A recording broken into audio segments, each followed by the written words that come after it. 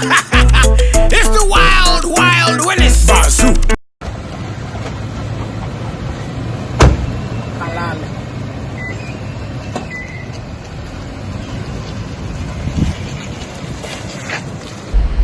A lot of people wamekuwa wakiongea sana about Willis, mbona uliweka hii nywele yako, how does it look like, and so many things have been pointed out about it.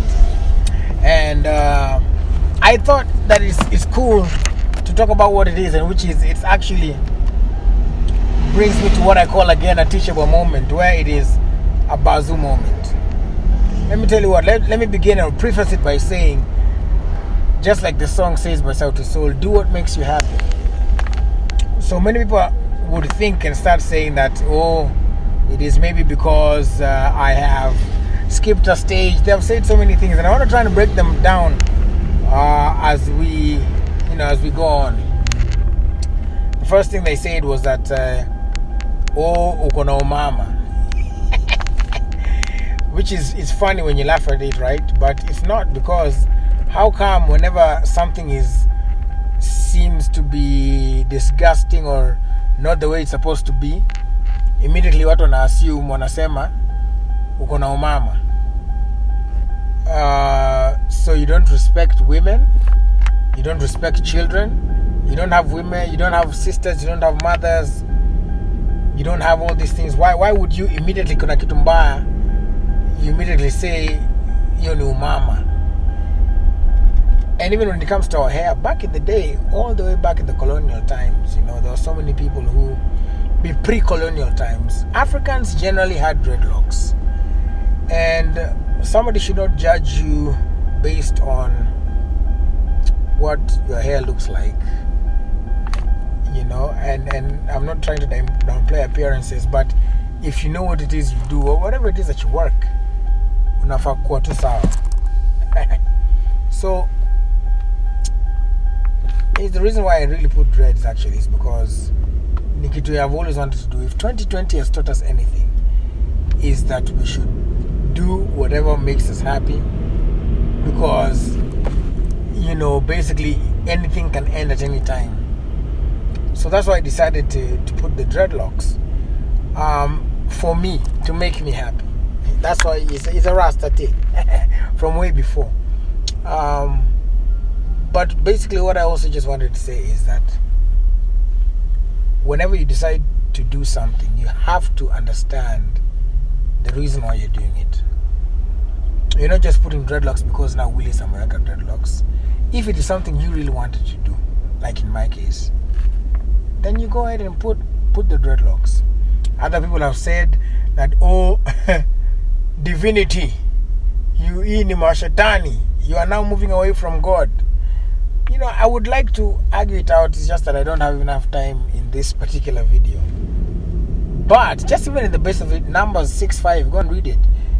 The Israelites, the Nazarites rather, they said no razor should touch the lock of their hair. Samson, if you read the book of Judges, had 7 locks. Alikuwa amefunga 7 locks.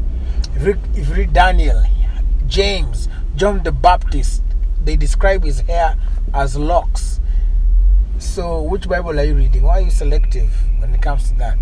But we are not using that as a basis, because there is also the Rastafari movement. So whatever it is that wewe umechagua unataka kufanya, you're supposed to do what makes you basically happy. It comes a point in anybody's life, and everybody, how come part of growing up was making decisions. So when somebody grows up and makes a decision, whether you're 30, 40, 50, and you decide to do something, that's what growing up is. That's what adulting is. It is making decisions. And whenever you make a decision, of course, it's going to be good and bad. But I have to say this also, that you have to know that none of us, I was watching Don Lemon and he said this and I liked it, is that we all have to understand that none of us is above reproach. Anybody can be criticized. Anybody can be criticized by society, because society sometimes exists to be a mirror. So anybody can get criticized. And you cannot say that I can't be, if you say that you can't be criticized, that will be like now pride. You have to accept criticism, but that's how it works. You take criticism in its different shapes and its different forms. So you say that I want, this person has said this and this such and such things about me, and so you sift it. Is this person saying it correctly, or is this person not saying it the right way? So if it is based from pure hate, then you know that you don't take it, because that's just how it is. It is pure hate, so you don't take it at all. But if it's something that you can notice that is a little bit in terms of you can pinpoint. Hold on, let me negotiate this.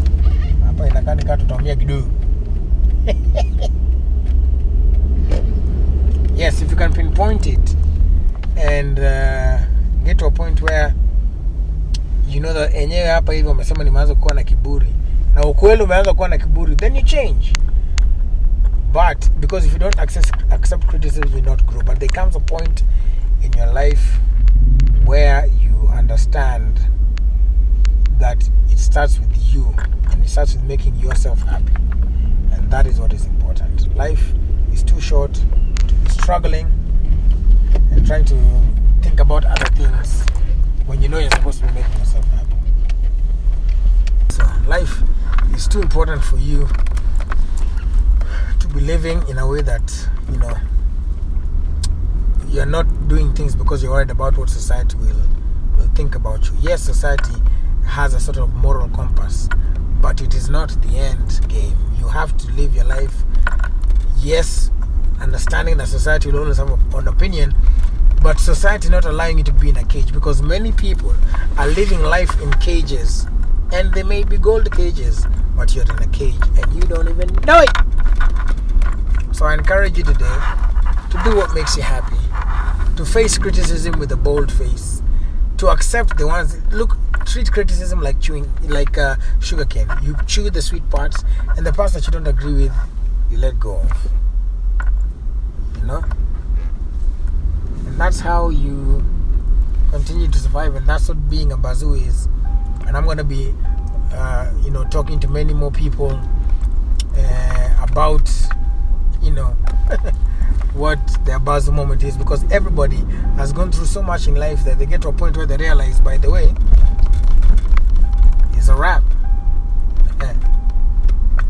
It doesn't matter what people say anymore. I come first. Until you've gotten to that point is when you begin to appreciate. Imagine all that hate because of a hairstyle. I understand people are going through different things, and everybody's in a different place in their lives, and we accept positive criticism, but at the end of the day, do what makes you happy. That is what being a Bazoo is. Being a Bazoo is greatness, is prowess. It is understanding that you are an original, because the great Ralph Waldo says, and I always like this quote, that there comes a point in a man's education when they realize that imitation is suicide. That means if you try to copy somebody else, and this is my own phrasing, if you copy somebody else, you'll end up being a cheap imitation of an expensive original.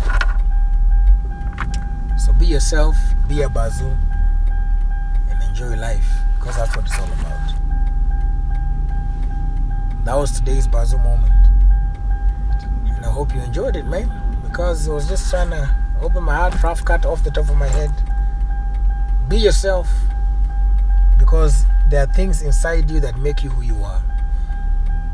And when it comes to your relationship with God, my brother always says, if you fix your horizontal relationship, or is it vertical? If you fix your vertical relationship, your horizontal relationships will be okay. So let's work on fixing that.